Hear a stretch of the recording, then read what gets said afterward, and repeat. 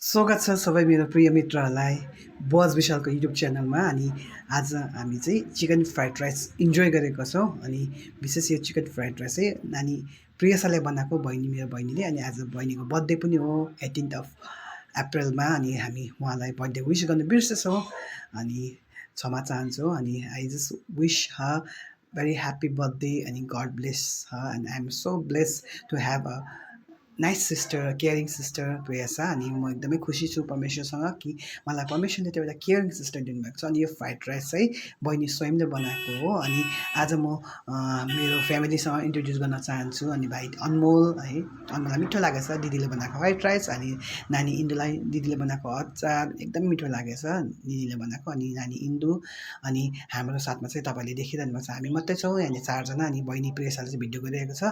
हाम्रो आमा बाबा हुनुहुन्न, अनि आमा बाबा चाहिँ परमेश्वरको साथमा हुनुहुन्छ। तर हामी आमा बाबा नभए पनि उहाँले सिकाइराख्नु भएको चालचलन डिसिप्लिनमा चाहिँ हामी रहिरहेका छौँ। अनि उहाँको प्रार्थनाको प्रत्युत्तरमा सबै कुरो आज हामीलाई परमेश्वरले जुटाइदिनु भएको छ। अनि बहिनीले चाहिँ स्यालेड बनाएछ, सुप बनाएछ, चिप्सहरू फ्राइड गरेछ एकदमै मिठो। अनि म एकदमै धन्यवाद दिन चाहन्छु बिचरा बहिनीले आफ्नो ट्युसन्सहरूलाई सकेर पनि हाम्रो लागि फ्राइड राइस बनाइदियो। बाबा